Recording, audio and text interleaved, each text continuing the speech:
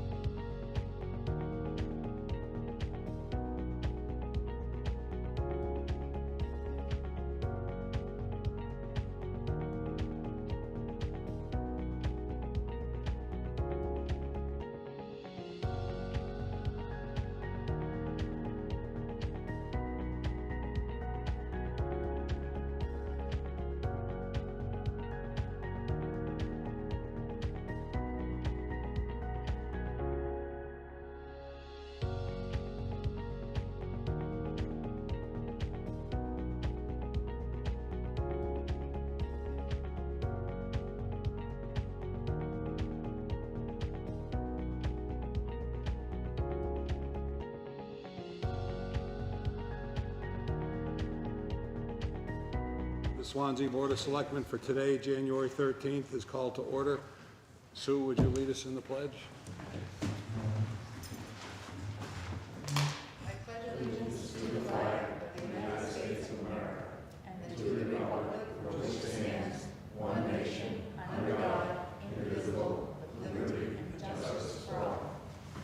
Thank you, sir.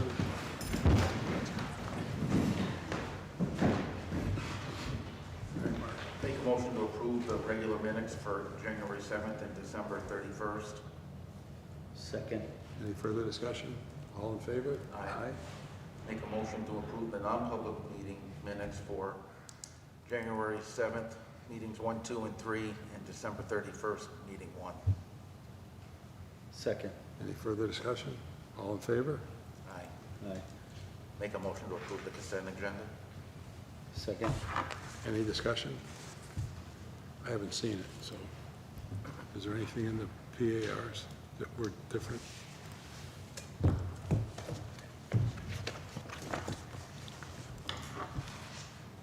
If you look at the top of that one, it's got the wrong,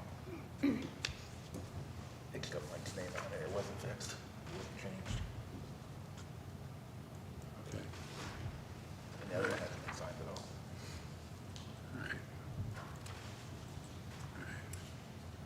All right. So do you want to make a change on the PAR for Chris Levy to indicate that the town administrator is Lori Radiola, or do you want to wait? You can just cross it and write it. I make a motion, we can't get them. Well, yeah, just cross it out and write it in. I think it was just a template that she grabbed. Yeah. All right, you all set?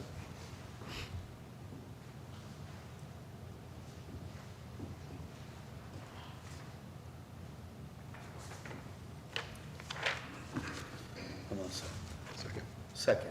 Any further discussion? All in favor? Aye. Public input. Welcome. Michael, how you doing? Hi, Mike. Mark? Nothing? Michael? All set for now. Michael? First time I've been to one of these, so I'm not sure how it works. This part of the meeting is just a regular meeting. At 6 o'clock, we go into the public hearings. Oh, okay. So if you've got something you want to bring to the floor, Just like you don't have to announce a lot This is here. the right time or not? It'll be the right time. We'll make it the right time, Mike. Yeah, they say to leave the mic a little bit back, I guess. Like that? Perfect. All right, cool. Thanks, Mike. So at the last meeting, if you recall, we talked about the fixing of the washouts on the rail trail. And the washout at Eversource substation would be fixed using the Christian Hill project. Okay, and the plan is, as the rail trail committee understood it, was the replacing of the Christian Hill bridge.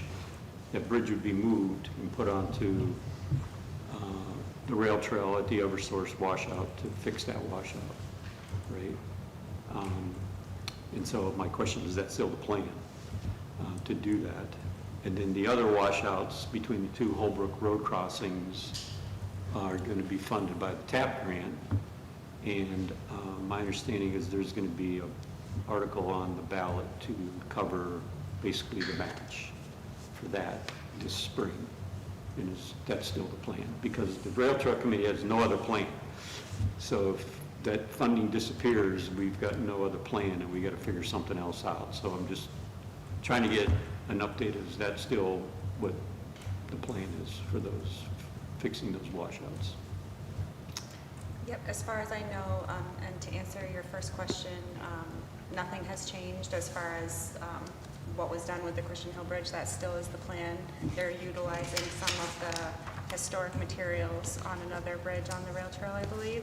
So nothing has changed there.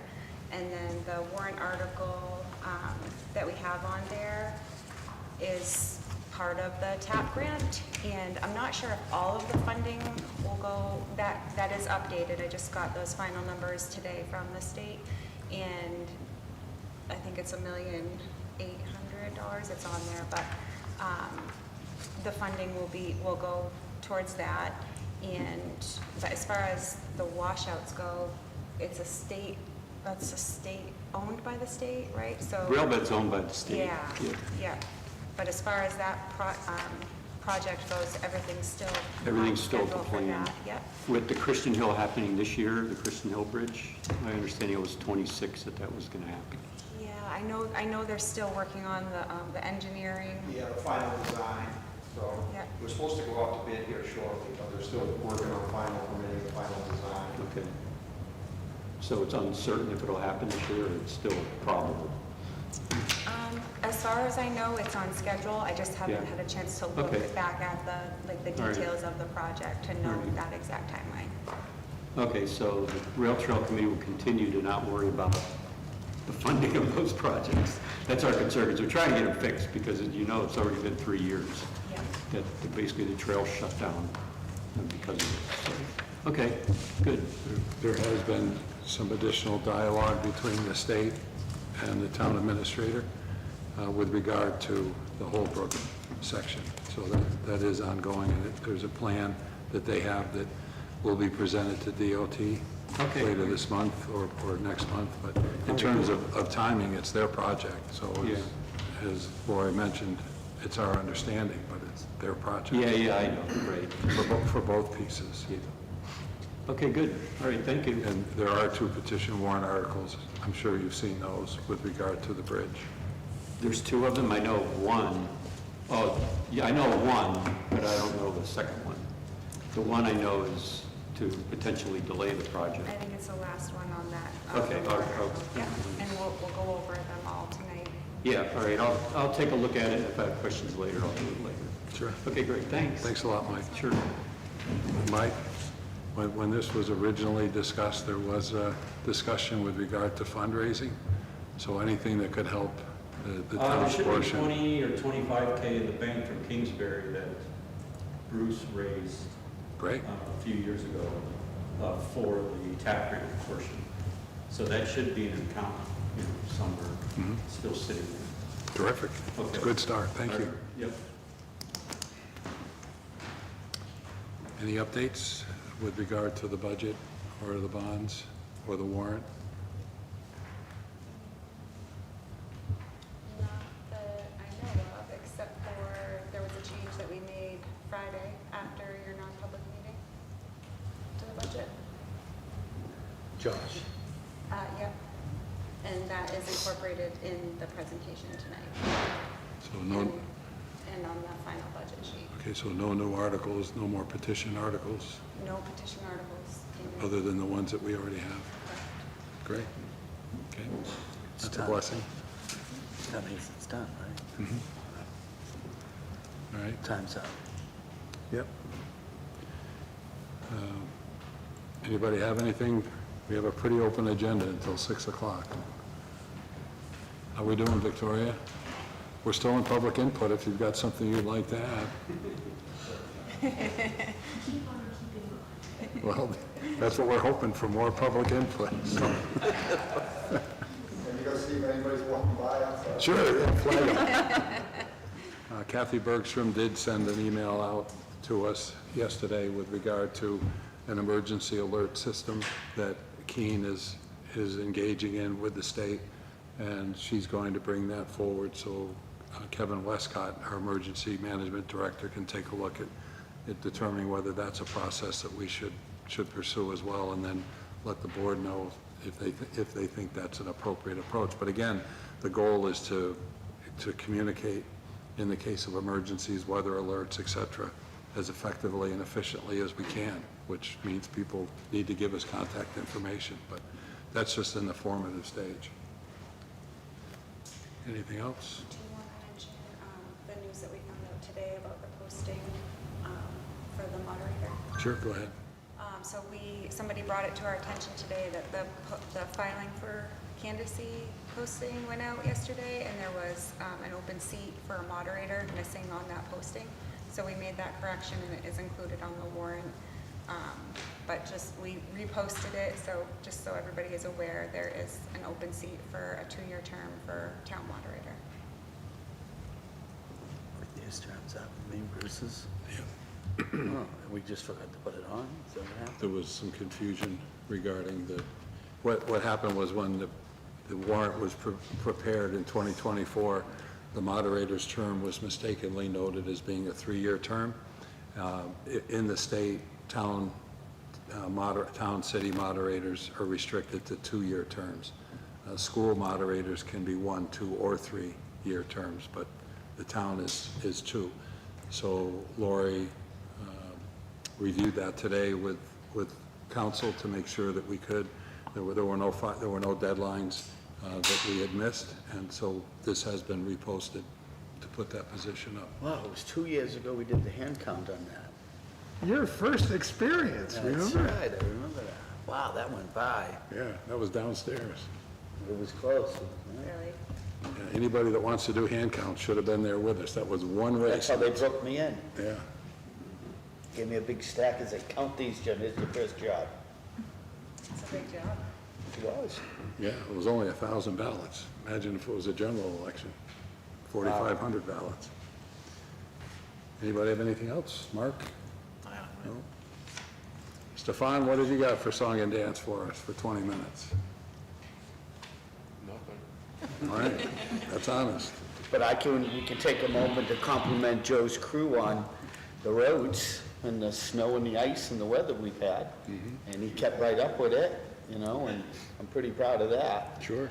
Looking at these roads, and he went to a lot of salt. I'm not happy with that. He kept crying to me saying he's run out of salt, but he used it. And I think he did a really great job. Him and his crew is doing a really good job out there. Sure. I mean, we didn't get no complaints. And there was some crappy weather he had to deal with, middle of the night most of the time, right? Yeah, long one so far. I tried to get up at 3 in the morning and go with him, but he never called me, never woke me, so. But he did a good job, so compliments show to the crew. Guys did a great job. But no more salt, all right? Back off for a little while. Finally getting it delivered. Slip slide? Is that the approach? Yeah. We were almost switching to all sand. Did they bring you more salt? Had Yeah? to go with another supplier, and he came through, yeah. Just Did the Boston delivered. salt? It's coming out of Portsmouth, but a company out of Boston. Yeah. Was it good-looking salt, like you said? I didn't know there was good salt and bad salt till you explained it to me. So it doesn't have clumps, some of the stuff comes out wet, it's got clumps, Yeah. doesn't spread right, none of that. It's decent, it's not like the other stuff we get from cargo, but we're not getting it from cargo. So they weren't delivering. Unbelievable. 2 tractor trailers literally just left there, I see on the camera. Good job. So did you end up having to switch? Are I haven't. you playing both? I'm keeping both going right now, but cargo has not been providing, so they brought one load today.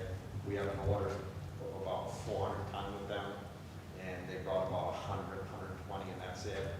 They're supposed to come earlier this week, it never did.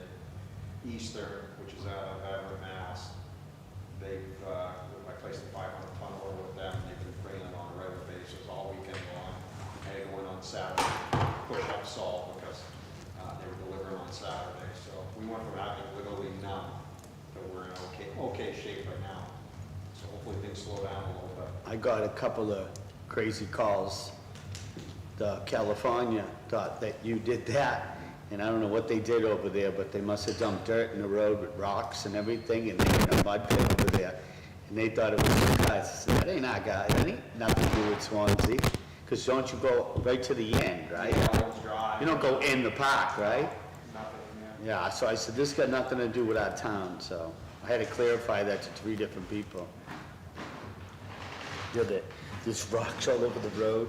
I don't know what could have happened. What would he have dumped, like gravel or something? There was stones all over the Bad road, sand they put out. bad sand.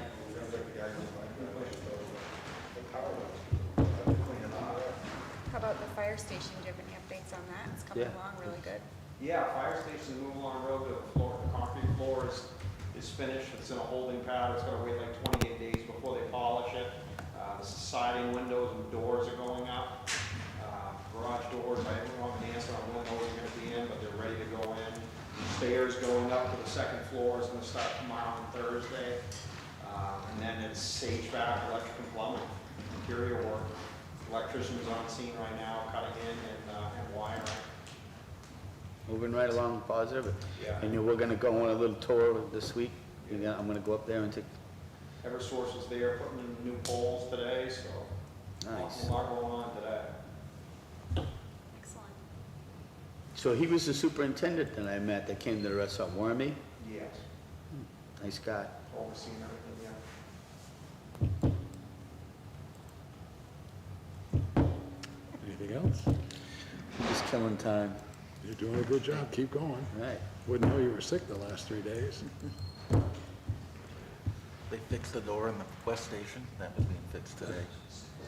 So the West Station door, Joe, that's complete now? What's that? The West Station door, Mark was mentioning, the door at the Yeah, we station. started that today, almost finished. Great.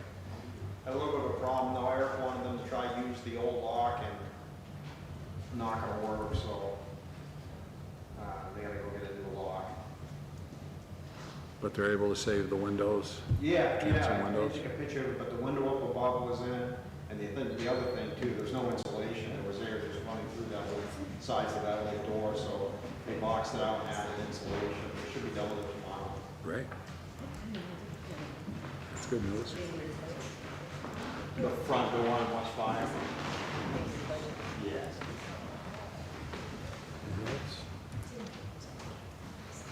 All right, we're going to recess for 10 minutes until 6 o'clock when the public hearings, or 12 minutes when the public hearings start.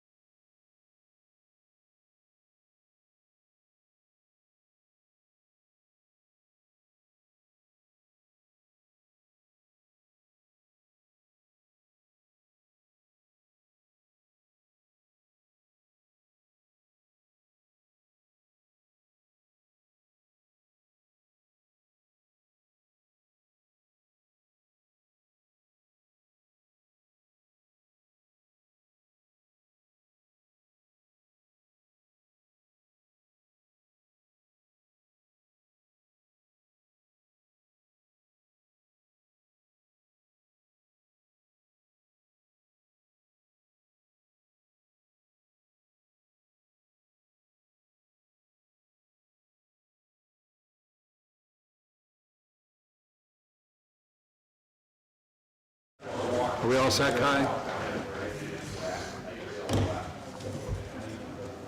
Okay, it now being 6 o'clock, we'll open the public hearing with regard to the Public Works Facility bond hearing. Who's speaking to that? I think you want me to just get up and start the presentation? So that's like the third slide on here, and then once we get to that slide, people can Sure. comment. Yep. Is Joe going to participate with you, or, yep? Great.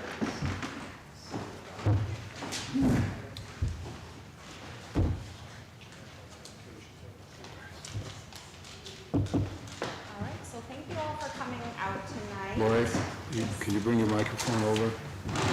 Hi, sir. You can, all right? It doesn't work for here, it's only for the audio.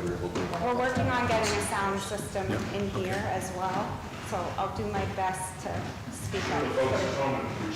Yes, exactly. Can everybody hear me all right? Okay, I'll do my best to be loud. Just raise your hand if you can't hear me, okay? All right, so thank you all for coming out tonight.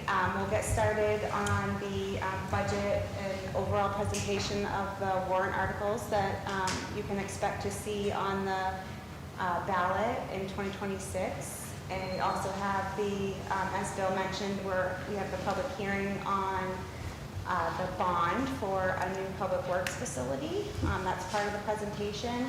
So we'll open, it's open for public comment, but if you can just wait till we get to that slide, and then we'll talk about the public works facility, and then we'll close that hearing and open up the next hearing, which will be the budget, which will be displayed right here, and we'll speak to that as well, and everybody will have time to contribute there.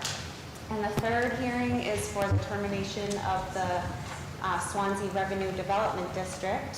So there's 3 hearings tonight, but it all kind of goes hand in hand through this presentation, so we should be able to get started. So on January 7th, the Board of Selectmen unanimously adopted, oh yeah, I do have the clicker. Thanks, Devon. Working. All right, the Board of Selectmen unanimously adopted the fiscal year 2026 budget following multiple budget work sessions and public meetings. Throughout the budget process, the board and staff worked collaboratively to reduce department requested budgets and align them as closely as possible with the board's stated goal of limiting the increases to 5% over 2025. So that was our main goal. While the board set a 5% target in the early fall, rising fixed costs limited how close we could get to that goal. Importantly, the adopted budget is $47,251 above the default, showing restraint and fiscal discipline. The fiscal year 2026 proposed budget totals $8,939,3936 across all across all operating funds, representing an increase of $569,036 or 6.8 from the prior year. While the 5% target proved difficult to fully achieve, it's important to note that the default budget increased by $521,785 or 6.23%. So the default budget came in at a 6.2% over last year, and the board's proposed recommendation is at a 6.8%. So this is the default was driven by contractual and non-discretionary costs. So again, that proposed budget is only $47,000 above the default, demonstrating that this is a needs-based budget rather than an expansionary one. The fiscal year 2026 budget balances fiscal responsibility with the town's obligation to maintain essential services, infrastructure, and public safety.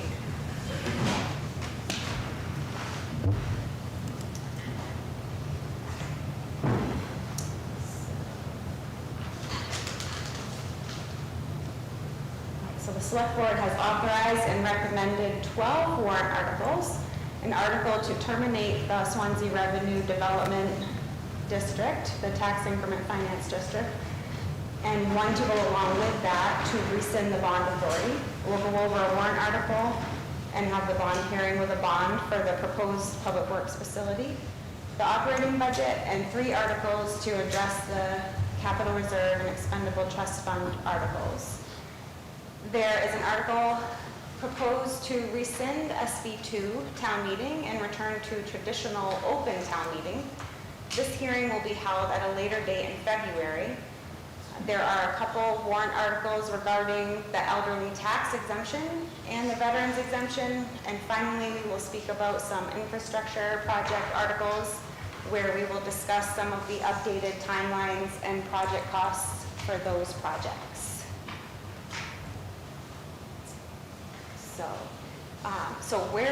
I wanted to include this in here because I thought it was appropriate to know where your tax dollars are going. I think it's important to understand that the budget that we're speaking about tonight is just a portion of where your tax dollars are being spent. The part of your tax bill that's going towards the town is the blue portion. I know I have a little pointy thing here, but it's the blue portion on the screen there. So about 28% of your tax payments are going to pay for essential town services, which we will talk about tonight. There are 3 components, and those are your school, your local education, and local and state education, as well as the county. And those are on the next slide here. So this slide summarizes the components of the total townwide property tax and how they have changed over the past 3 years.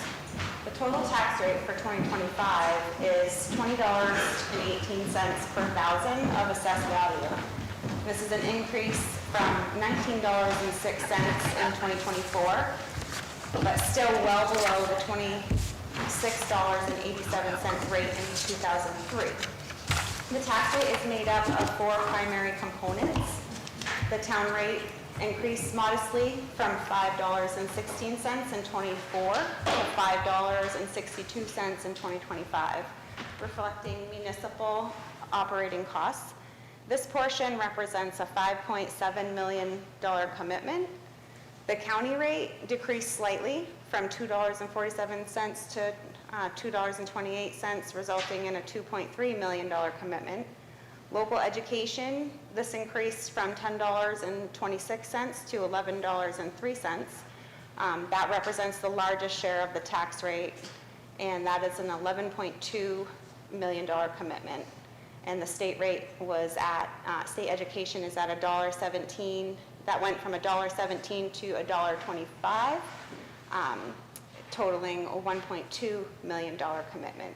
So together these components result in a total 2025 townwide tax commitment of approximately $20.45 million.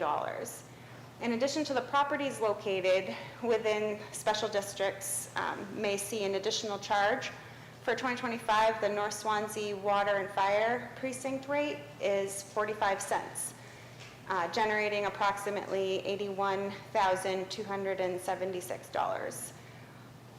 And the Perry Lane is noted on here. These are all obviously done and reported through the Department of Revenue, so the Perry Lane lighting precinct is on there. It does not have any applicable rate at this time. So overall, there is a year-over-year increase from 24 to 25. The total tax rate remains significantly lower than 23 due to the valuation changes and prior rate adjustments. So, all right, so now we are at the first article that you'll see on the ballot, which is the Public Works Facility. And this is the article here. I think you all have documents in front of you. I'm not going to read through it word by word, but just to give you a little bit of explanation on it. The current Public Works facility is aging, deteriorating, and no longer meeting the department's operational needs. The department has outgrown the building, resulting in equipment being stored outdoors and exposed to weather. which increases staff time clearing snow and ice before responding to weather and road conditions. Portions of the facility, including restrooms, are also non-compliant. The Board of Selectmen and Capital Improvement Committee recommend addressing this critical infrastructure need now to improve the efficiency, safety, and compliance while helping stabilize the tax rate and avoiding more costly emergency solutions in the future. So we have the bond hearing on this. I have a couple slides here, and Joe can help us answer, our Public Works Director, Joe DeRusso, can help us answer any questions that we may have on this project and the bond. This is a picture of it here. And as I understand, I think some of the size may change, but we'll let Joe speak to that. Do you want to come up here, Joe? Just because the microphone, or Yeah, so there. approximately, the building design is not finalized yet, because it would be once it was ordered from a steel company, but it's approximately 80 feet wide by 160 feet long. There would be bathrooms, locker room, office space, modern heating. The current DPW facility has none of that. It's an old outdated heating system. The offices and the break room just basically rely on heat that come from the garage. There's not enough room to have all of the DPW equipment inside. For example, we have a state-of-the-art brand new grader that's sitting outside in the weather because there simply isn't room for it. All of the plows for the trucks are outside. So it means that if we get snow tonight, the first thing the crew has to do when they come in the snow is deal with bars and chains and get the plows on the trucks because they cannot fit inside the building with the plows. There's just enough room to get the large trucks inside, which they need to stay inside for the weather, so they're guaranteed their start. The problem comes with having a limited space. If we do have a breakdown and need to make repairs inside and there's a broken down truck, then it leads to not being able to get more of the plows inside. They basically have to stay outside during the inclement weather. So the old building would still stay current as a workshop, but the new facility would store all the equipment and basically where the day-to-day operations would occur. For those of you that are not familiar, the town owns the property next door to the current building. It's been cleared off, and the site is basically turnkey, ready to go if the bond is approved this year, and it would be constructed during the summer of '26.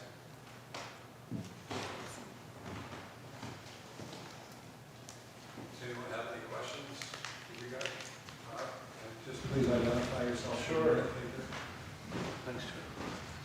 Bob Audette, I'm the chairman of the Swanzey Energy Commission, and they asked me to come and read this statement that we worked on yesterday. The Swanzey Energy Commission supports design and engineering to accommodate solar panels on the roof of the new Public Works building on Pine Street to help meet current and future energy needs of the municipality and enhance Swansea's energy resilience. So we would just like everyone to think along the lines of how we can make DPW not only save money with resiliency, but also create maybe a haven where if power goes out in the town, DPW will always have power. So if we can just think about that while we're in this process, we would really appreciate it. I've already spoken to the Energy Commission about it. It's something I'd be open to. It's something that would require likely some grants and some research on that, which I don't think anything has been done there, but I am open to having a solar array on top of the building. There's no room on the site for anything additional. There's limited space there, but we would definitely be open to doing something on the top and helping with the energy costs. Do you know if that affects the structural aspect? I don't. It's something I'd have to look into. Thank you, Bob. Thank you. Would anyone else care to speak to this article? Or anything else? Is this the time to speak in support of it, or should I wait for the meeting? No, now is it, we are in the meeting, Steve, so Okay. now is the time. Some of you may know that I was the fleet superintendent for Steve King for 12 years. And I was in the transition phase of going from South Main Street over to the Wendell Building. And it was very difficult when we were on Main Street to maintain the equipment, because half of it was outside, changing blades at night when it comes to a snowstorm. Very difficult to do, so I would certainly support this. I think it's very important. They have some nice new equipment, and it's sitting outside, and it's not good for the equipment. So I think we really should float this bond. I think it's important, so. Because that equipment's gonna last longer if it's protected, so, great. Thank you, Steve. And they're storing equipment near the salt shed, and that's a huge no-no. True. Thank you, Steve. Would anyone else? Linda? I know Joe said that the plans haven't been finalized, but are you looking at metal construction or brick construction? Yeah, that portion, it's a metal building on a concrete foundation, it's a full metal building. That's going to be insulated, the inside will be finished with either steel stud drywall or wooden frame, and then drywall, but the main structure will be a steel building, 80 by 160 feet.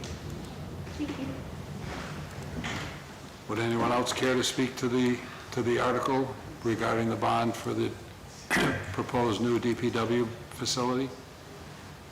All right, then Sue will close the public hearing.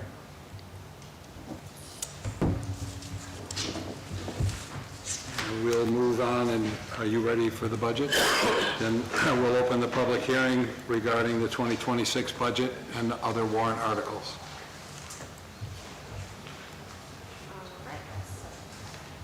So the proposed budget has been developed using the 2025 approved budget of $8,370,000 as a baseline.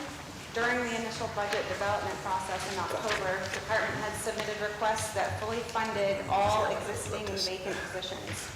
That initial submission resulted in a projected increase of about 11% over the prior year. So since that time, department heads and the Board of Selectmen have worked collaboratively and diligently to evaluate operational needs, staffing realities, and fiscal constraints. Through this process, reductions and adjustments were made while still maintaining essential services and meeting statutory and contractual obligations. As a result of this work, the fiscal year 2026 proposed operating budget totals $8,939,036, representing a 6.8 increase, or $569,036 over fiscal year 2025 budget. Well, you all have had about 10 minutes to review the handout, so I'm sure there's plenty of questions and suggestions. Just kidding, Kristen. Here we compare the fiscal year 26 adopted budget to both last year and the default budget. This narrows the gap between the proposed and the default budget, highlights that most increases were driven by fixed or unavoidable costs. The fiscal year 26 default budget is $8,891,785, which means the proposed budget is about $47,000 over the default. In order to mitigate the tax impact on taxpayers, the proposed budget intentionally includes partial year funding or half-year appropriations for certain vacant positions. This approach reflects the realistic expectation that these positions cannot be filled by mid-year while still preserving the necessary salary and benefit structure required by law or a contract. Some of our key cost drivers in 2026 are mainly due to personnel costs, wage adjustments, and staffing needs to maintain the service levels that Swanzey has. Health insurance, there's been continued upward pressure on our premiums. Health insurance is up by 6.7%. Dental insurance is up by 4.4%. Short-term disability shows an 11.76 increase. Property and liability insurance, this is market-driven increases impacting our municipal coverage. The property and liability has increased by 26.32%. The ambulance service contract, this is the second year of the contract with Cheshire County, and that resulted in an $89,618 increase over last year.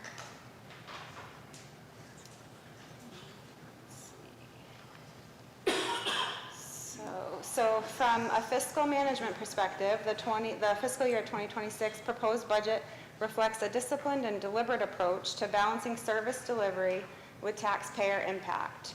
Some key observations to include are meaningful reductions from initial requests.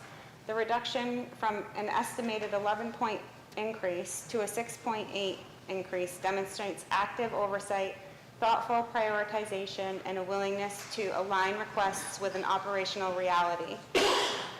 The proposed budget is close to the default. Presenting a proposed budget that is $47,000 over the default budget reflects prudent planning and a clear intent to minimize the tax burden while remaining compliant with statutory and contractual requirements. The strategic staffing assumptions, the use of half-year funding for vacant positions is a reasonable and transparent budgetary strategy that acknowledges current labor market constraints while still preserving long-term staffing capacity. The obligation-driven cost pressures remaining increases are largely driven by costs outside of the board's direct control, including some wages, benefits, and other mandated expenses, rather than discretionary program expansion. So overall, the fiscal year 2026 proposed budget represents a responsible compromise, maintaining essential municipal operations, meeting legal and contractual obligations, and reducing the overall increase to taxpayers as much as practical under the current conditions.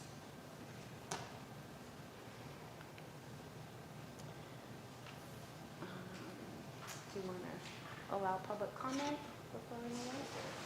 Back up here. Yes, Mike. So we can comment on the line? Yes. Okay. So I'm Mike Kowalczyk. I chair the Rail Trail Advisory Committee in the town.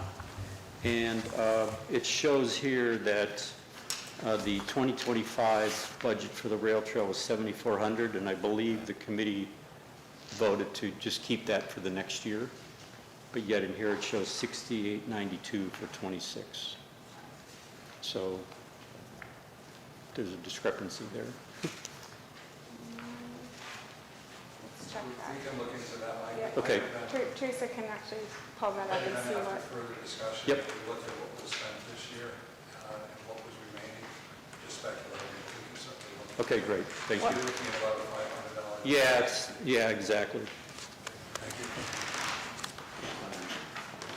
Slide. Sly Harrison, Steve Clark Street. Just wanted to let you guys know that the blue on the PowerPoint isn't working. Yeah, we're aware of that right I now. think black and white. My eyes are just went up. See if Stefan can fix it. Just change the font to black. Oh, Stefan! Good job. Anyone else care to speak to the budget?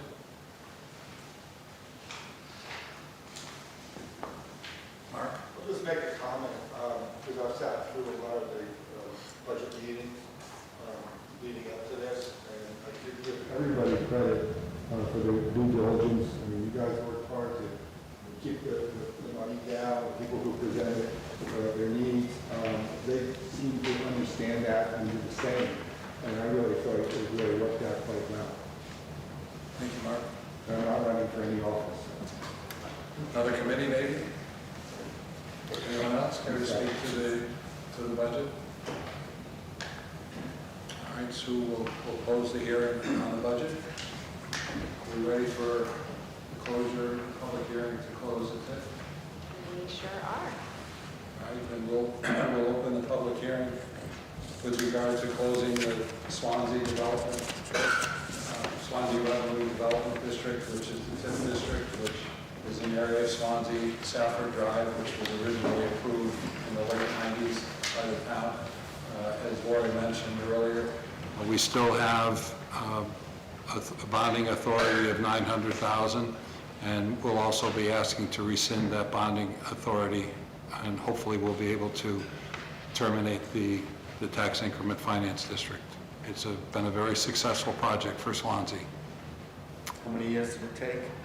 Well, we're still young. But hopefully the one in West Village over on Route 10 will also bear fruit as this one did.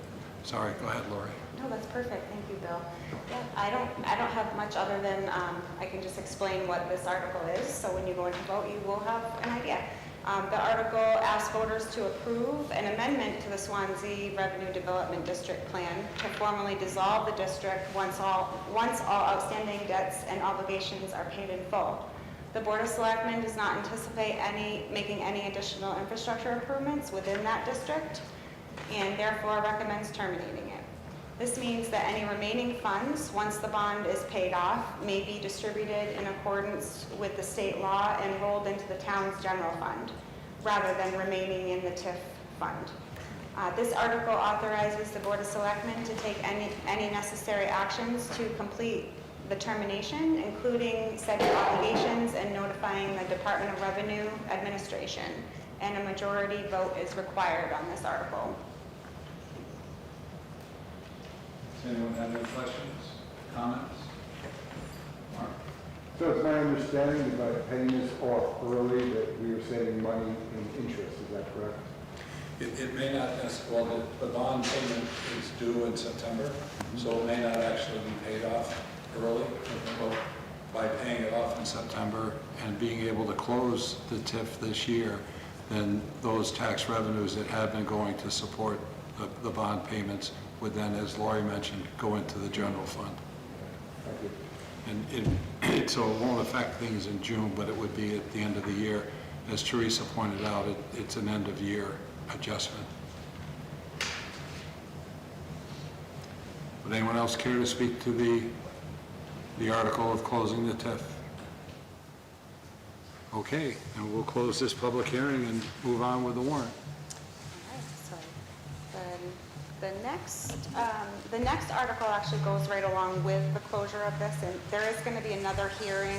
I have the hearing dates at the end of this, and they will be posted online and stuff for everybody. Just the way the statute reads, we have to make sure that we have a hearing a certain amount of days before town vote, so we will be, opening it up to the public once again. And so this article asks the voters to rescind the remaining $900,000 balance of the original $3.3 million bond authorization approved in 1999 for the infrastructure improvements in the Swanzey Revenue Development District. The original bond funded planning, construction of roads, water, sewer, I think, and any type of utility infrastructure. So rescinding the unused balance would formally close out the remaining bond authorization of $900,000, and this is a 3/5 ballot vote required on this warrant article. Please vote yes. Any questions on that? Okay. All right, so the next article here, the town's capital improvement committee met extensively throughout the fall and winter and unanimously recommended the proposed funding levels that you see here for the expendable trust and capital reserve accounts to be placed on the 2026 ballot. The Board of Selectmen has reviewed and accepted these recommendations. These accounts allow the town to plan ahead and set aside funds for known or anticipated capital needs, reducing the risk of large unexpected expenses and helping to stabilize the tax rate over time. Historically, Swanzey voters have supported this proactive approach to long-term fiscal planning.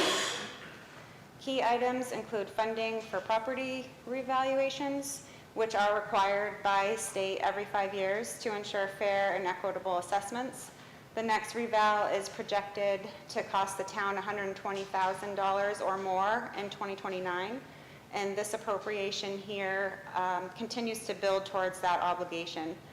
Funding is also requested for town hall repairs and maintenance with a $200,000 allocation representing phase 1 of planned improvements. These improvements include upgrades to the town hall building and the former fire station below town hall that will be moving, with the goal of expanding the office space and constructing an interior staircase to allow safe access without requiring staff or the public to have to go outside of the building. So that $200,000 in there would be used to go towards phase 1 of that project. And everything else, everything in here is recommended by the Capital Improvement Committee as well as the Board of Selectmen. Does anybody have any questions on that?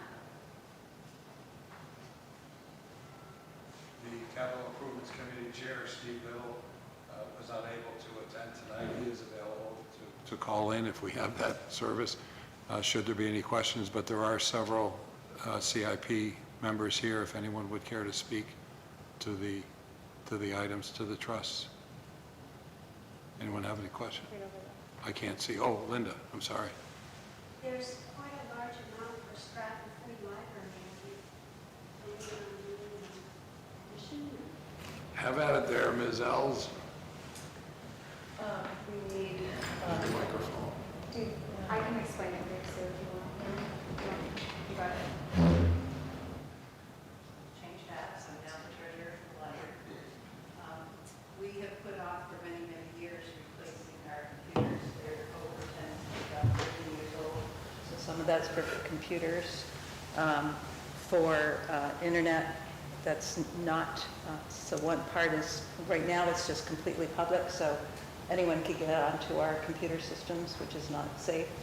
We need mini splits for cooling the buildings, because in the summer it is just brutal in there for the staff to have to work in and our customers to, our clients or patrons to visit. Several other repairs, like in the basement, there's water that gets in there. We're trying to, David, is he still here? Yes. Yeah, David, you could be answering this. David's our chair. Yes, Sorry. David Yeah. White, I'm chair of the board of trustees Okay. at the library. Much of this is to make the building more livable. It's a very old, wonderful historic building, but we have a pond in the basement that needs to be addressed. We've had energy experts come and study the building. We're still waiting to get back some figures on weatherization. I think we'll see some significant savings in energy consumption in future years by carrying out the winterization of the building. For technology, how many people here are using 14-year-old computers? I don't see too many hands. Believe it or not, our public computers are 14 years old. They can't be upgraded. They're subject to viruses. We've had to have our tech support come in and periodically clean the computers of viruses. So, and this also means that our business computers at the desk are also potentially subject to getting viruses. We're looking at keeping the public network totally separated from our business end network, and so there are costs associated with that. We did choose to do this as economically as we could. You know, we were given figures for putting in a server and basically putting a system similar to the one at Town Hall. We decided that was just not necessary given the hours of operation. We didn't need to have something running 24 hours a day. We've had numerous meetings with budget committee and with selectmen, and I know it looks high on paper. Here we really put off a number of projects for years, and we really have to face it in this coming year. So that's why the figure seems very high. Thank you. Thanks, David. Anyone else? I would just say that list of things to do, that never doesn't look high at all. You're right. Victoria? Question on, I don't know if there's somebody here to speak on the Goldenrod Range Hall and Mount Caesar. And those are of interest to me because those are two, the Grange has been listed as an important resource in the state, looking at 7 to save. And I know Mount Caesar is in the process of trying to also write grants So I'm wondering if there's somebody here who can speak to how we got to those numbers and if those numbers are adequate to demonstrate public support, town support for grant writing purposes. With regard to the Grange, I'm sorry, Mount Caesar, that was a request from the trustees.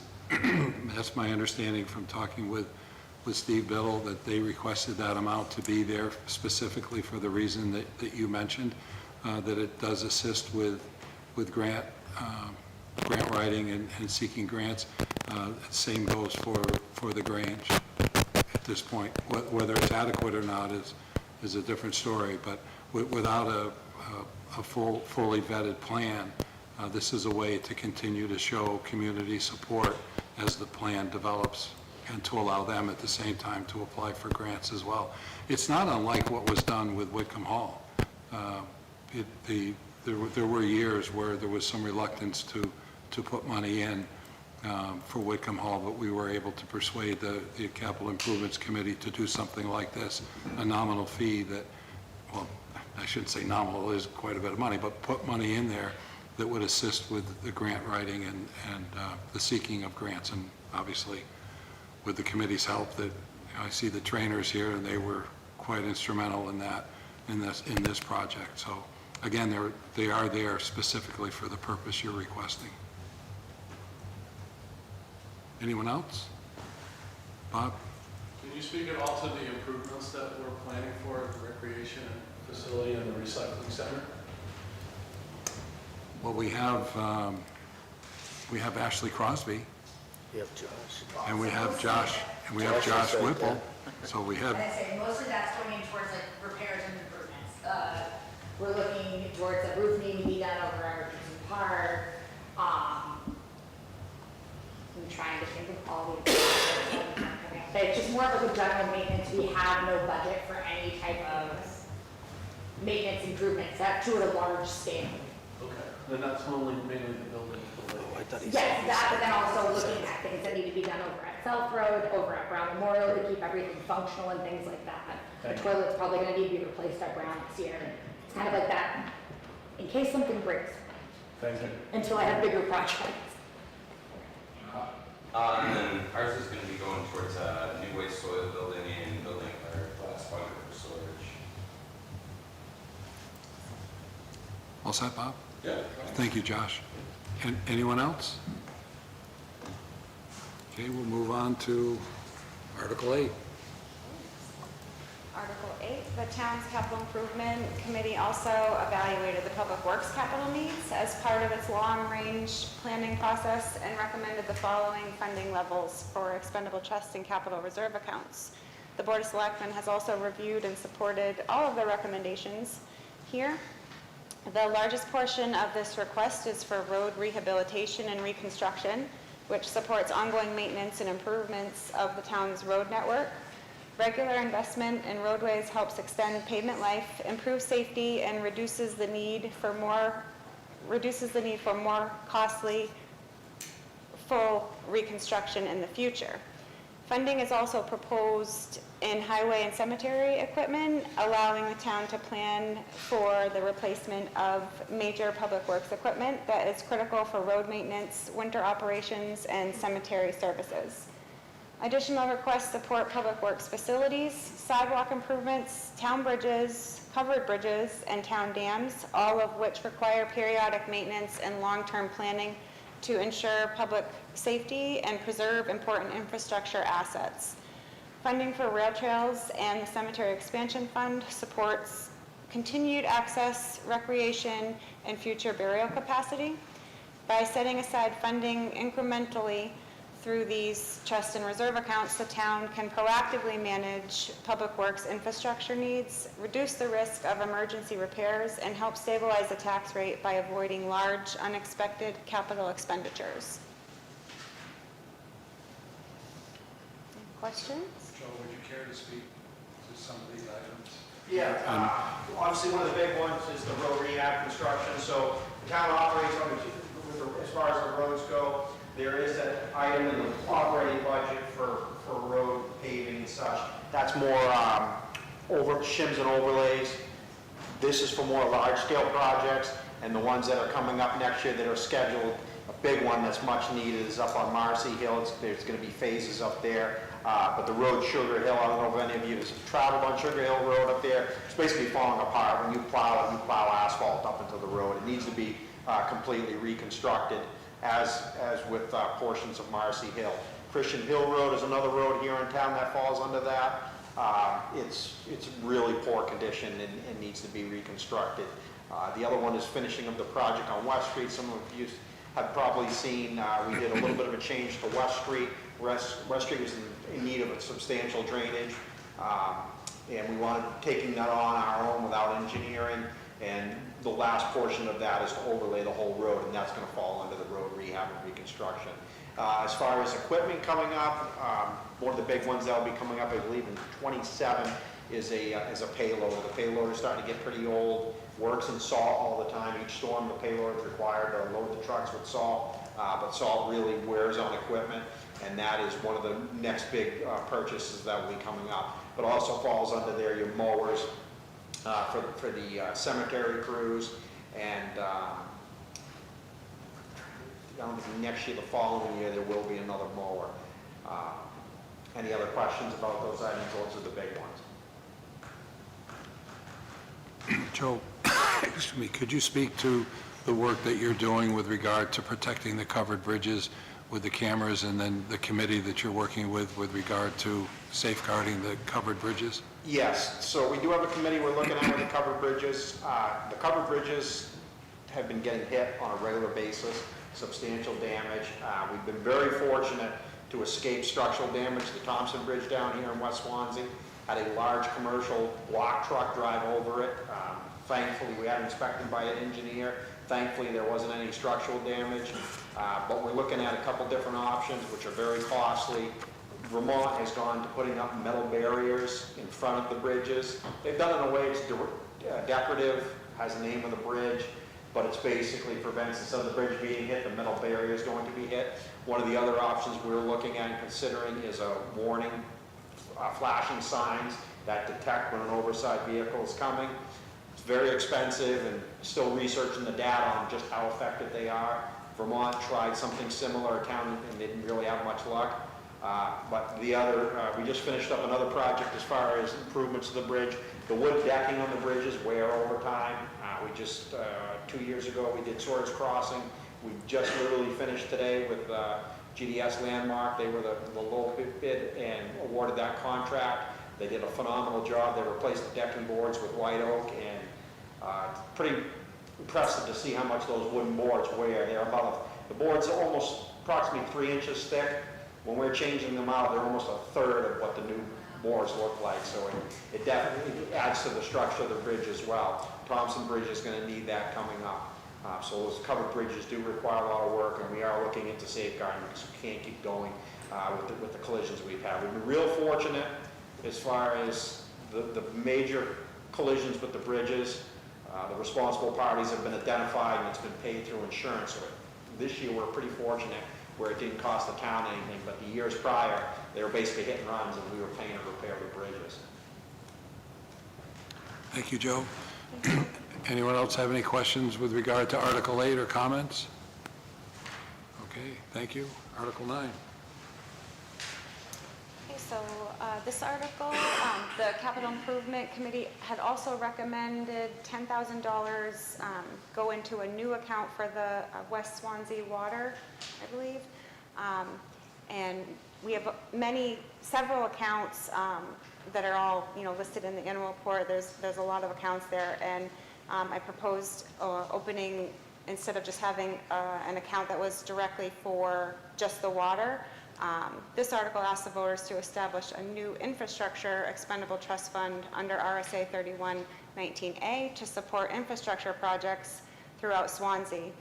The fund would be used for expenses related to water, sewer, or other municipal infrastructure needs.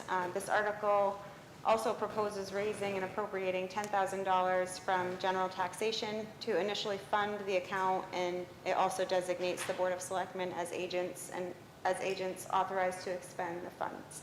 A majority vote is required for the initial opening of the account of the fund, sorry. So instead of just using it for just water, they can use it, we have lots going on here in Swanzey, and it wouldn't just be designated for specifically water, any infrastructure need. Anyone have any questions or comments? Okay, moving right along. Okay, so this article asks the voters to consider rescinding the official ballot town meeting, or the SB2 form of government, and return to traditional open town meeting. This would be effective beginning at the next annual town meeting, 2027. The recommendation was brought forward by the Governance Committee and supported by the Board of Selectmen. A return to the traditional format would allow budget and warrant articles and amendments to be discussed and decided in a single open meeting, providing an opportunity for direct voter participation and real-time deliberation. This also is a majority vote required, and there will be another hearing in February. Oh, sorry. Supermajority vote required here. And there will be a public hearing on this in February as well. So stay tuned for that. Don't see Ann here. Jay? Just one comment. I think you asked for the work on different language for this, I think, or whatever it might change. There's a question mark at the end of this. I'm not sure why it's there.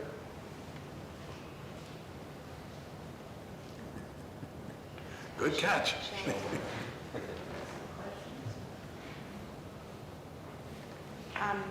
It is a question. Yes, it is a question. You're right. And I wondered if that meant, if that was referring to the fact that I think Ann was asked to work with the committee to come up with potentially different language before the public hearing in February. Different language for the warrant? Yes. So, the warrant, for the article, I mean? As well as for the voter guide. As well as for what? Yeah, you asked her to language for the voter guide as well as for the warrant. Yeah. Some additional information, but that can't be changed. The article itself. Okay, yeah. so that's going to stay the way it is? Yep. Okay. I stand corrected. I don't know exactly what's going on. Yep, that's okay. Even though I'm married to her. Michael, would you care to speak to it as the vice chair of the committee? Sure. What we did as a committee is we looking at it. You look at the deliberative sessions, you get 70 people.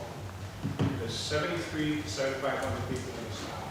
There's 4,800 registered voters, give or take in a day, right? So what's happening is decisions are being made by a minority of the people in town. And we're not delusional that we think that we're going to get all 4,800 people at a town meeting. But hopefully, if you go through all the warrant articles, one by one, it's debated, laid on the floor, and we can make a decision on whether, with more clarity of what the article's all about. I think we can make a better decision. There's a floor vote in this case as opposed to a ballot. Pardon? There's a floor vote. You can't do it, there's a floor vote, but if somebody questions the moderator's decision on interpretation of the vote, then you can have a ballot vote or a standing vote. Thank you. And anybody can ask for that. In Mike's understanding, the committee researched other towns had gone back to this and had good luck. We have researched some, but most have not had a chance to actually be successful with it. There was a couple, I can't remember what they were, but they are a little bit more successful once they do get it in place. You have a more informed voter, people voting on different articles. Instead of, if you walk at social media, you look at social media a lot, and you see all kinds of things out there that are absolutely not true. So this is one attempt to get better communication between the governing bodies in town and elected. Because remember, you people are the legislature in the town. You make the decisions. Any other questions?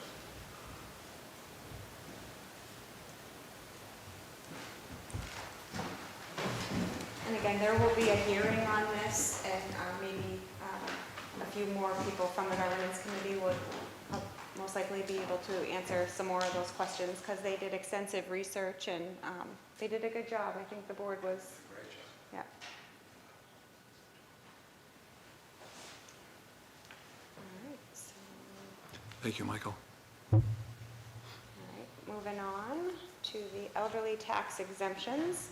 This article proposes updating the town's elderly property tax exemption limits, which have not been reviewed or adjusted in over 15 years.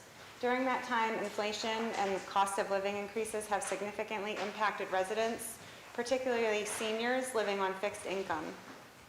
Since 2009, the Consumer Price Index has increased by more than 40%, reflecting substantial rises in housing costs, property valuations, utilities, healthcare, and other essential expenses.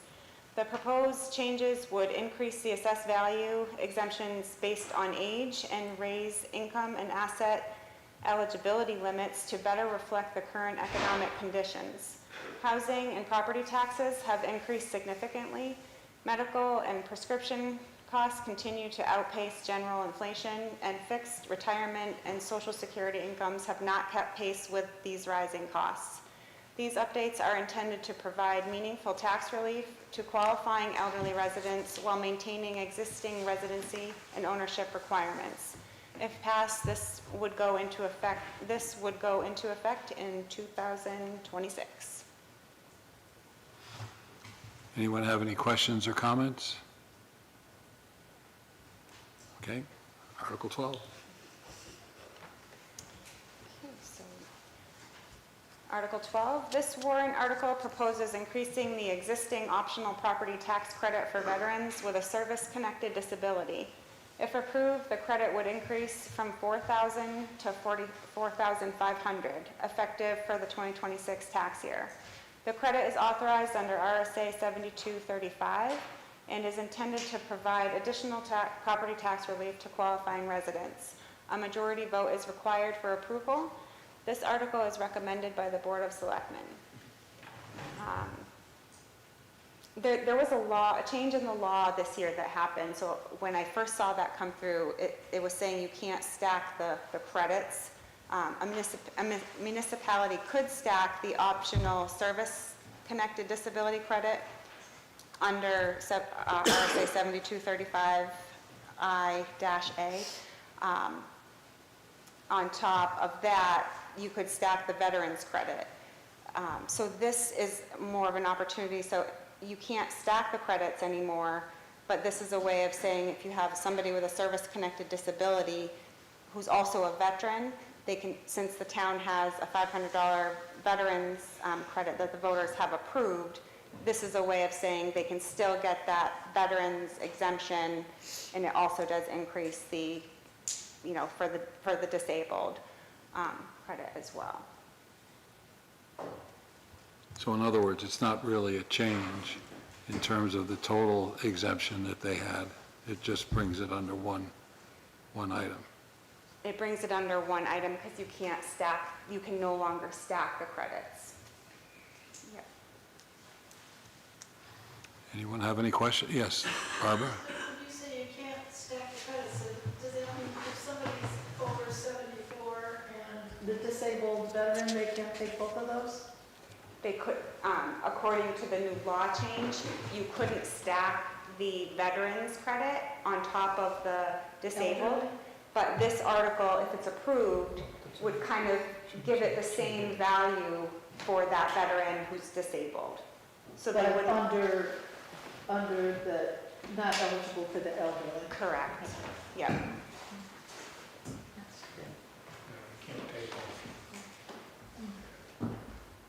Any questions? Do you want to ask that again? I'm not sure I understood. I thought you were going in a different direction.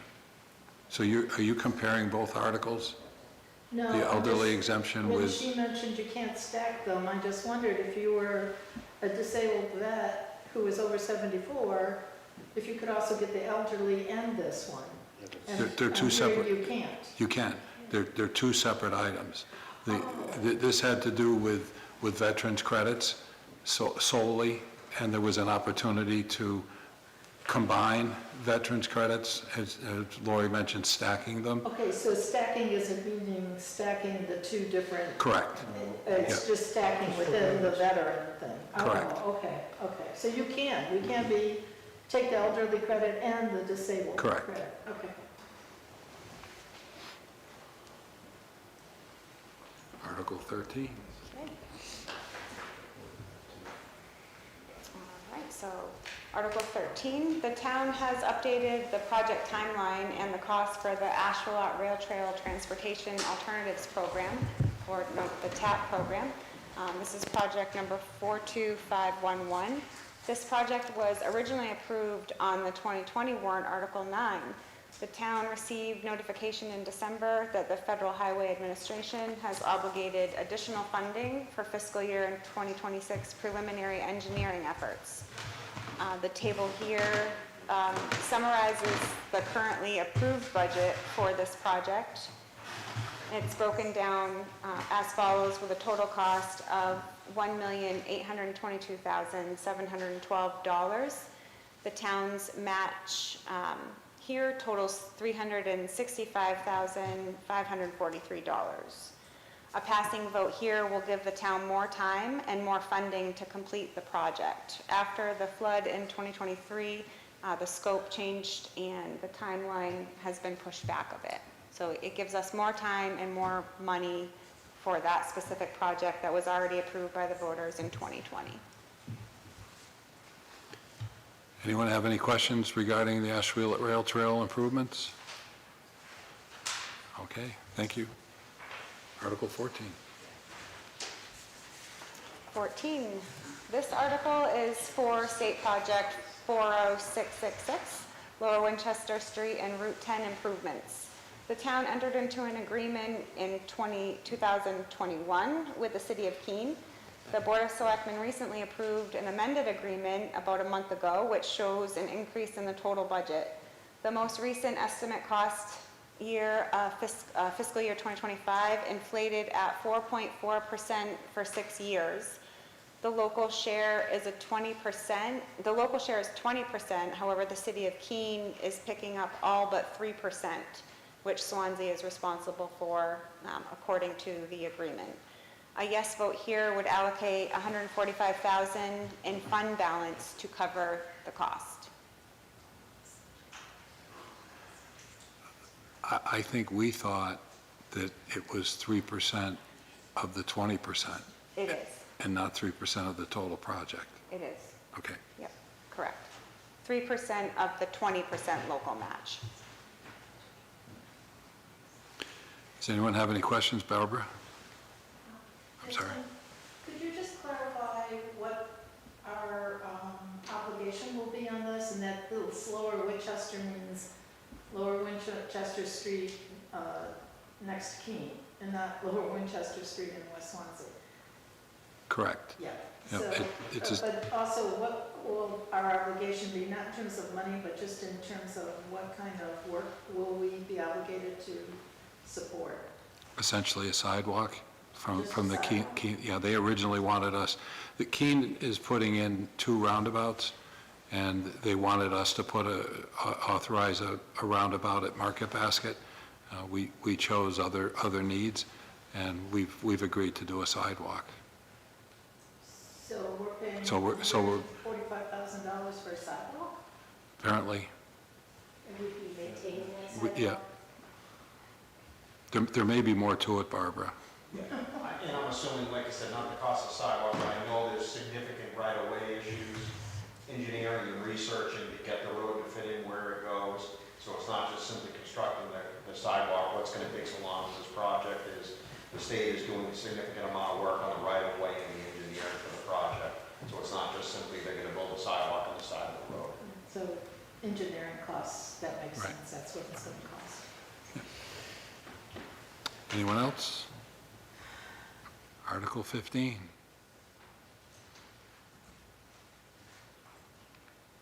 All right, we have our first petition warrant article here.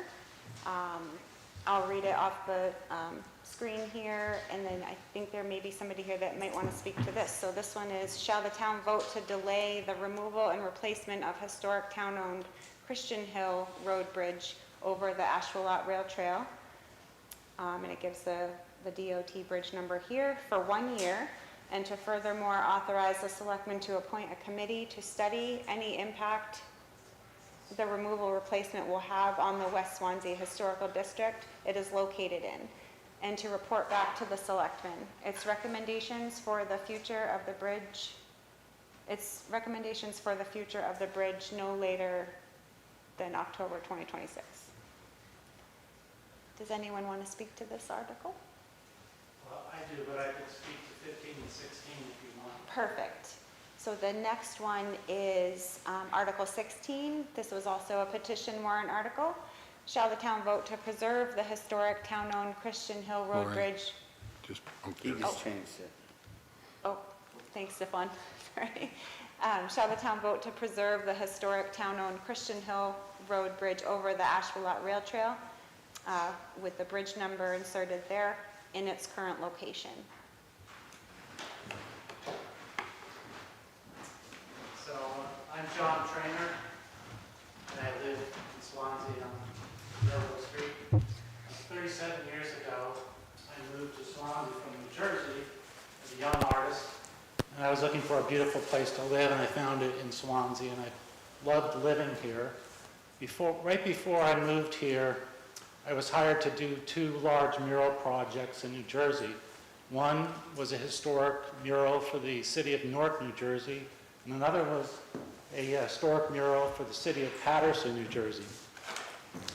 So in doing these murals, I had to research the history, old photographs, etchings, paintings of what these places used to look like, and do large murals. One was 40 by 60 feet, the other one was 17 feet by 70 feet. And the reason why they needed these historical murals was because they had obliterated their history over the previous 200 years. They had ripped down most of the buildings, most of the bridges, a lot of the churches, and what was left is what you see now in Newark, New Jersey, and Paterson. The early pictures of Newark look like Swansea. There's a church and little buildings and a bridge going over the river. So what we have here is the same thing as a lot of cities that have been destroyed throughout our history as a country.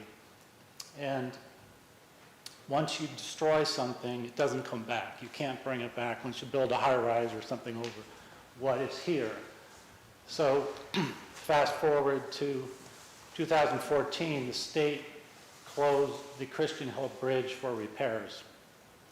And it didn't say we had to tear it down, destroy it, replace it with a concrete culvert. They said it was closed, it wasn't safe to drive over.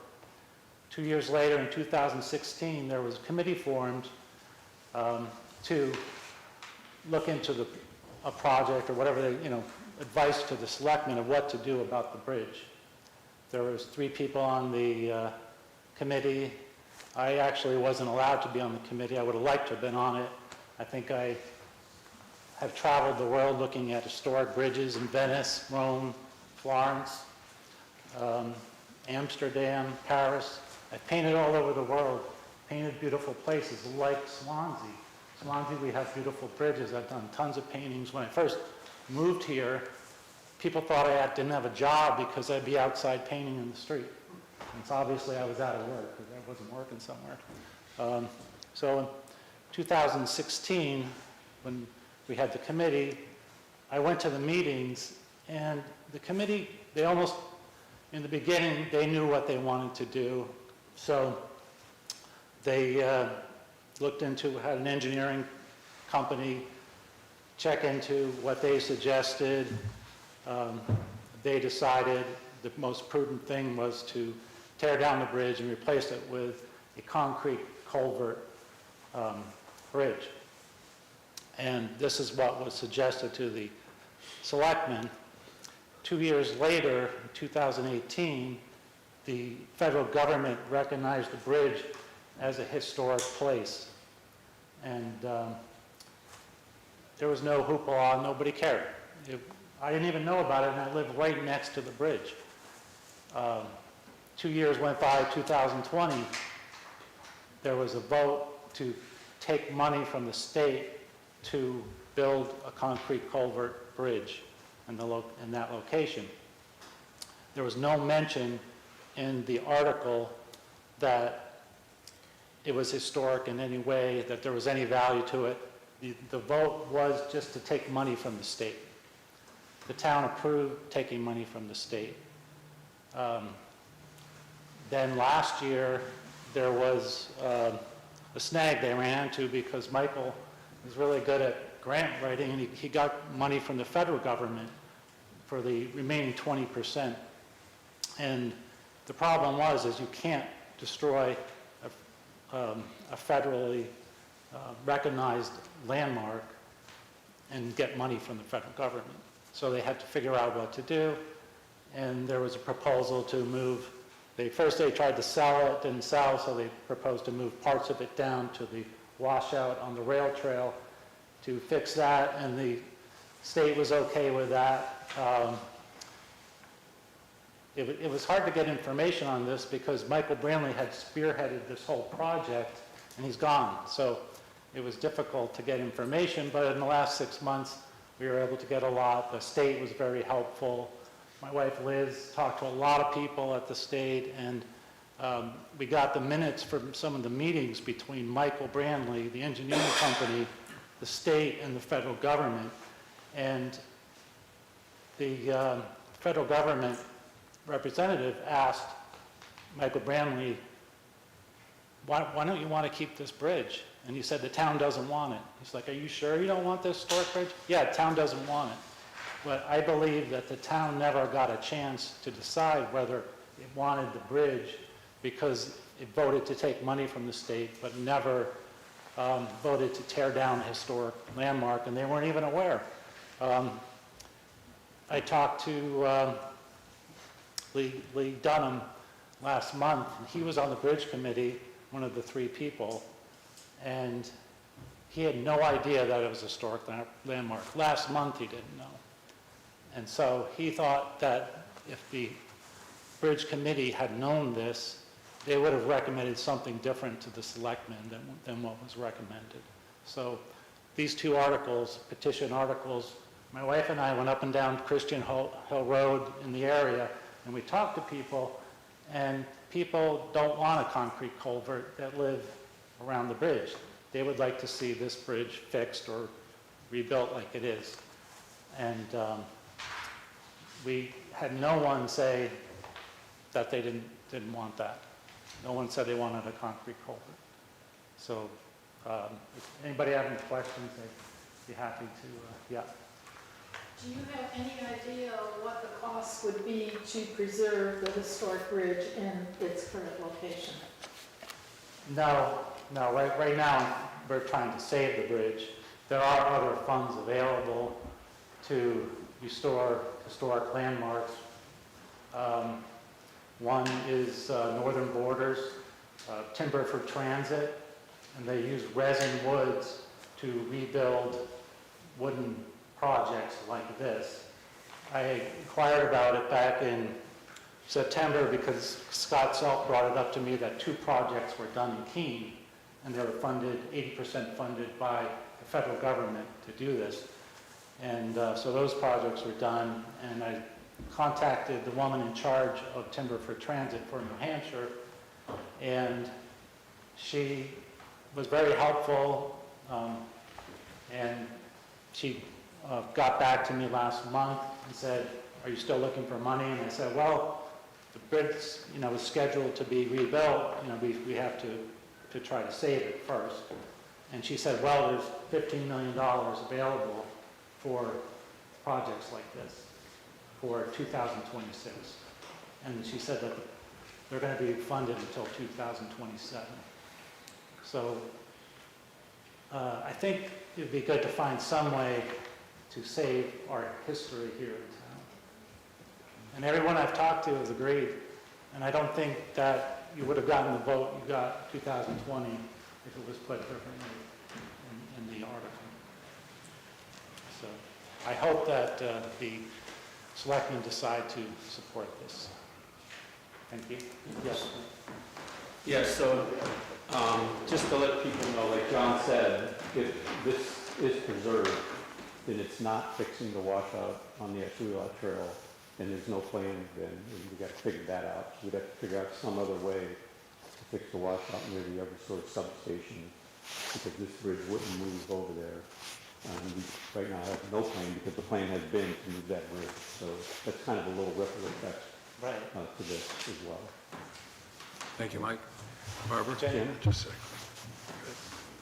Is the whole bridge being moved or half of it? I think the engineering company had looked, and they just have to move a little bit of it in order for them to get the approval from the funds from the federal government. So they're probably only going to move a couple of timbers and put them on the rail trail. But we don't know that for a fact. There has been a report done by the engineering company that says what they think is proper to use. I was just wondering if they're going to dismantle that, put it No, back together, they're just going to use assemble a it. couple of timbers. I think, that washout's not that big. It's not like the one down by Bob Krebs' house. It's pretty significant. But I think a culvert could be put in and filled over, and you'd have a fine solution for that problem. That'd be a lot cheaper than moving this bridge down there for the state. Any other questions? I just have a question. Since this is a petition article, is there still time for the petitioner to change the wording of this before it goes to our deliberative session? The deliberative session itself can change the wording. Pardon? The body, the deliberative, at the deliberative session, the wording can be changed. The petitioner can change it there? If nobody else can? Anybody. If it's a petition I'm sorry, article- wait, not anyone. Yeah. Someone can propose an amendment. If it's seconded to change the language and the body supports it, then that way the language can be changed. But it's Even if it's petition? correct. That wasn't always the way. That was probably, I don't remember when it was changed, but towards the end of the last decade.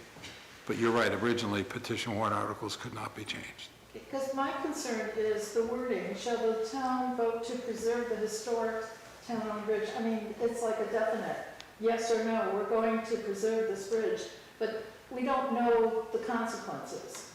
So I think the wording that I would prefer, vote to explore preserving Yeah, the historic. the previous article was to explore. Well, but this one This one's doesn't just to give you say- any leeway. I mean, we don't know what the implications are if we vote to preserve this historic So you could bridge. vote no on this one and yes on 15. Could we see 15 But- again? Mine's not working. Thank you. Mhm. Yeah, what if both pass? I mean, then we're locked into it. We have to Well, I preserve think that 15 bridge. goes away if the 16 passes, and you're correct. Goes away. Pardon? I think 15 doesn't matter if 16 passes. Exactly. Doesn't, so what they're trying to do, what they want to see happen is us save the bridge. So the vote goes to 16, 15 don't matter. Right, and my concern is that we don't know the implications of 16. No, because there's been a substantial amount of money spent on engineering. It's my understanding, and it's 100% covered by a grant. So if this project's going to go away, so aren't the grants, so there's lots of implications with it. Sly? 16, I think if it does pass, could also be interpreted as preserving in its current state. That's why I asked the question, Sly, and I think that's right. Because there's no reference to any money to fix it. So does that mean it doesn't have to be fixed? You can stay close. So anyway, to answer your question, I don't know whether the petitioner can change it now. Someone else may, but it can be changed at deliberative. Could it be removed at deliberative session? No, you can't remove the subject, no. Back in the day, warrant articles were changed to the words "to see," and then left blank. So back then, yes, they could have been, a petition article couldn't, but a regular article could have been, but no longer. The subject can't be changed. That means the intent can't be changed. They can change wording, but the intent of the article has to remain, right? Is that what we're saying? Jay? Oh, I was just going to make a nitpicking comment. So I want to make sure everybody's talking about the article. Be nitpicky, Jay. No, I'm just saying, some of the articles say majority vote required. Some of them don't say anything. So I'm assuming majority vote is required on all of them, but it should say it all, shouldn't it? Correct. Yeah, there'll be an updated version for the deliberative session. That's all I was going to point out. Yeah, the point of both articles is not to destroy our history. Barbara? One other question, as Joe alluded, I mean, talking to Article 15, are there any funds that are endangered of us not receiving if we delay by a year? Or, you know, Don't know. Sly, do you recall? anybody know? Yeah, the funds for the current money coming from the state end at the end of 2026. So if we delay, Then you won't be able to, you'd have to get an extension on those funds.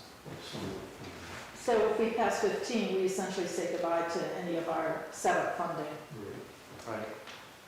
Right now, for the past, how many years since 2012? 13 years.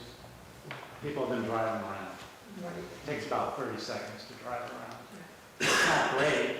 It'd be better if the bridge was there, and you need it for the rail trail. Right now, it's been used as a walking bridge. And the reason, one of the reasons why I, got into this last summer, I was just giving up on it. I thought we're just going to get an ugly concrete bridge.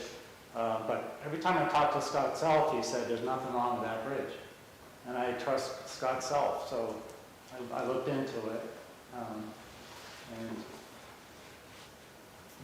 have gotten this far, so I hope that we saved it.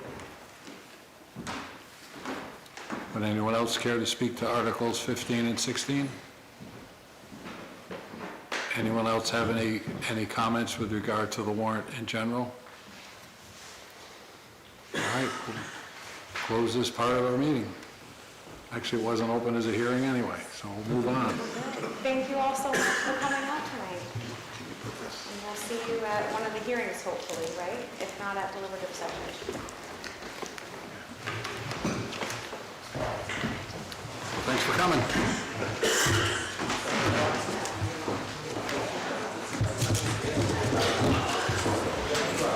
I just gotta say,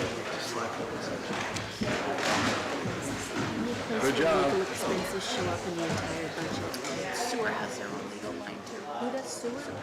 But planning does not. Your From us. Yeah. So that's not as. You said you wanted a box of chocolates. But those are actually no evidence of the report. The 25 activity is not final.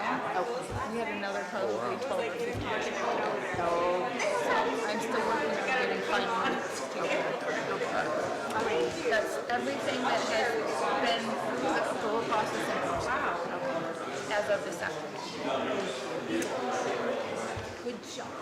All right, I don't know that there's really much to discuss, actually.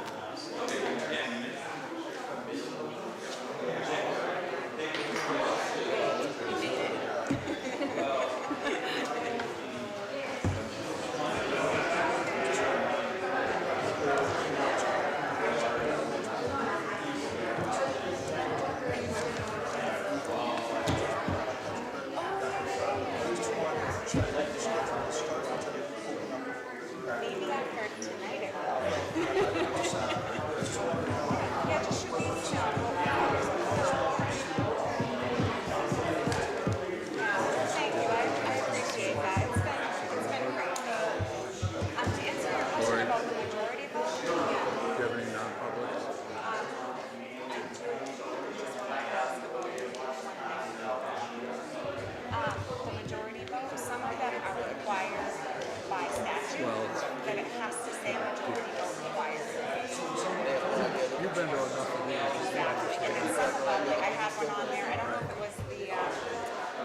was the SB2 one, but Cordell, our attorney.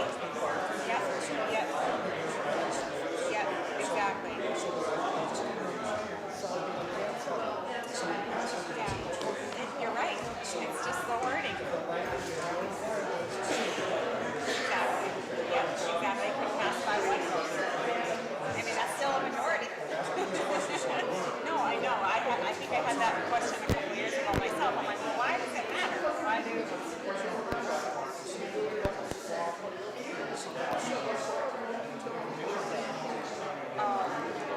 No, and this, I actually just got this back from Cordell, our town attorney today, so I took all of his edits, and he's really good about...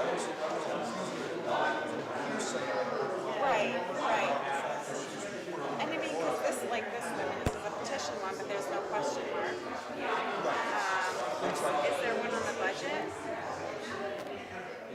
Just see, things like that. So we did have one here. We did that, you know, there is one.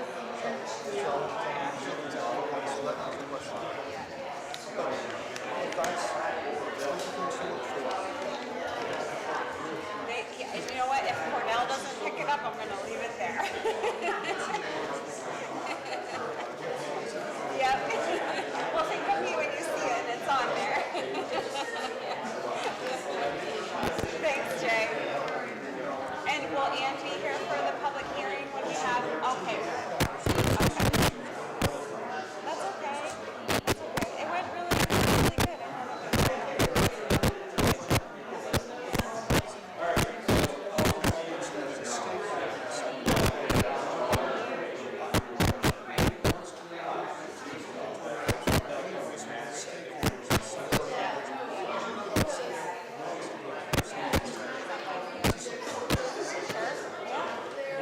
That's great.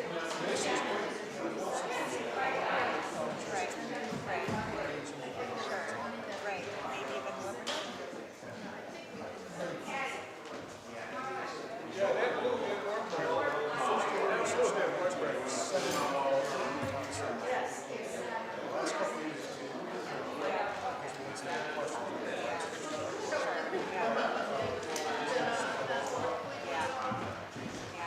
Not a good.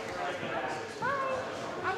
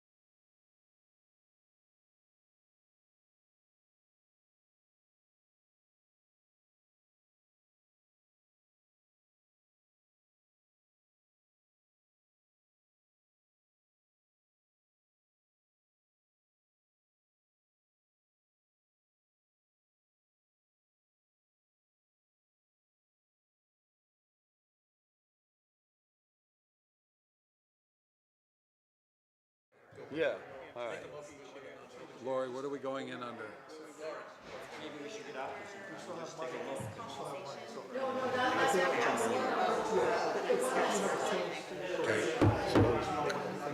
Compensation. On the compensation, A91A. I'm gonna second that, Laurie. Yeah, I would say in the spring sometime, let's just go out and Aye, take a walk. 7:33. right now.